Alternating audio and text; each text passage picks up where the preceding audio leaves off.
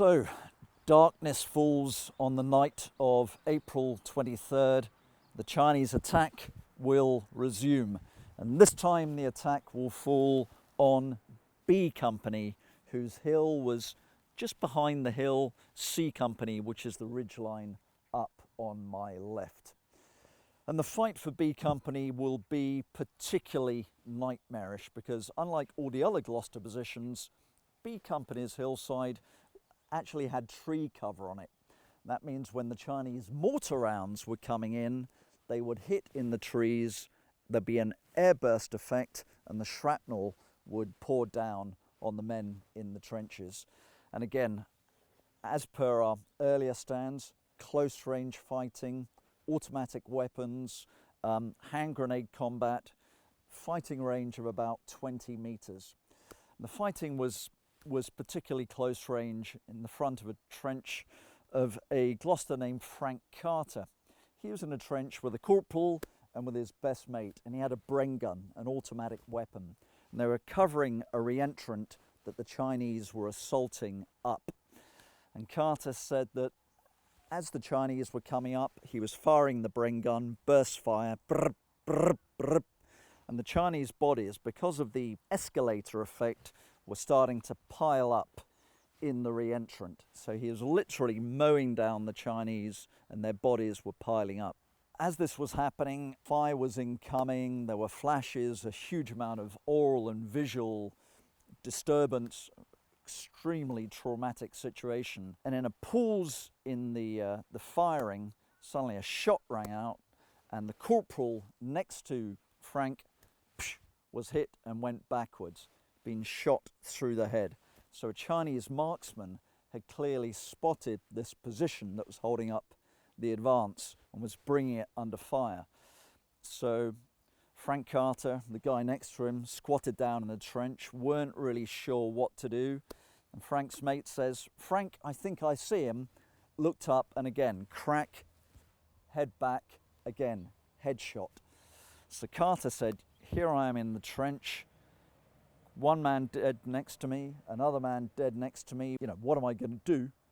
And then suddenly he himself said, for a few seconds, maybe even a few minutes, I was gone, I was out. He had no idea what had happened to him. He felt a bit groggy. He put his hand to his face, and where his left eye had been was just a liquid mess. And he had this horrific realization. He'd been shot through the eye, the bullet had moved round inside his skull and exited below his left ear. He felt no pain, but he was half blinded in a trench with dead men, and a sniper is focused on him. No idea what to do, untrained for this situation.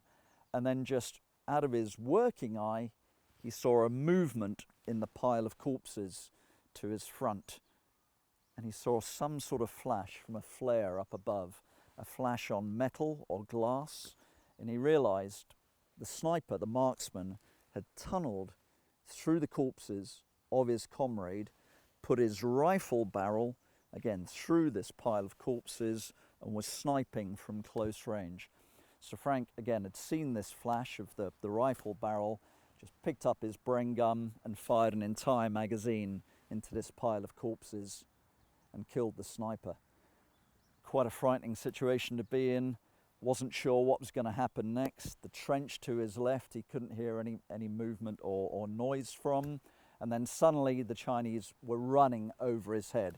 He fell down to the bottom of the trench, played dead. He could hear the footsteps and see boots running over the trench. He heard shouting, noises, firing up the hill behind him. Same thing, boots over his head, Chinese voices. The Chinese had been pushed back. Then he heard English voices. More men of B Company had counterattacked, pushed the Chinese back. They dragged him out of the trench, pulled him to the top of the hill where he was placed with the wounded. He was now out of the battle. What had happened now is dawn was coming over after a night of close battle. B Company had literally used up all its ammunition. They were now in a final perimeter on the top of their hill. It was unclear what they could do. Could they hold on? Because the Chinese were now massing in front of them. And on the hill, there was a clearing at the top. The Glosters were at the top. The clearing separated from the Chinese, and they could see the Chinese forming up in this clearing, just about 20-30 meters away. And the forward observation officer from the Royal Artillery, who had been calling in artillery fire all night, actually had a camera with him, a Leica camera, as many of the men had bought on leave in Japan.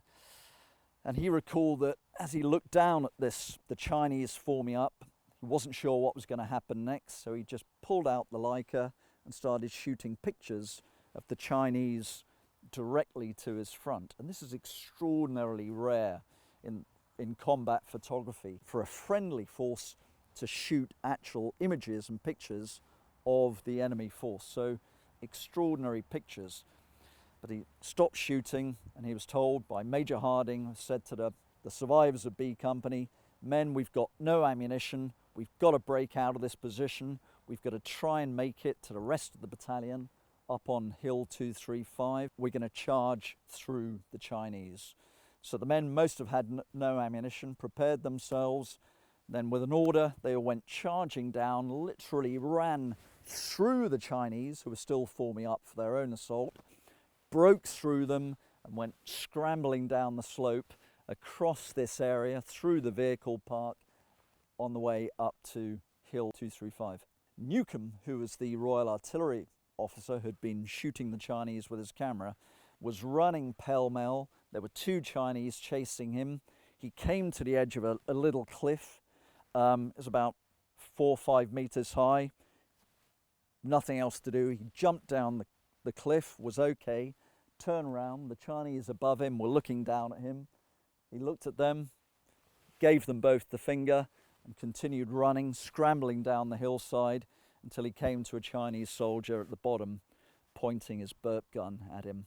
And he said, "My last action in this battle was my Leica camera. I thought I can't let the enemy capture it, so just threw it into the distance." So maybe somewhere over there, to this day, that Leica camera still exists, and perhaps maybe we'll recover it, maybe even develop that old film from the night of battle. So B Company had fought all night. They'd held the Chinese off, but in the run from their position up to Hill 235, just 20 men made it, 20 men out of 120 men. B Company, 1st Glosters, had effectively been annihilated.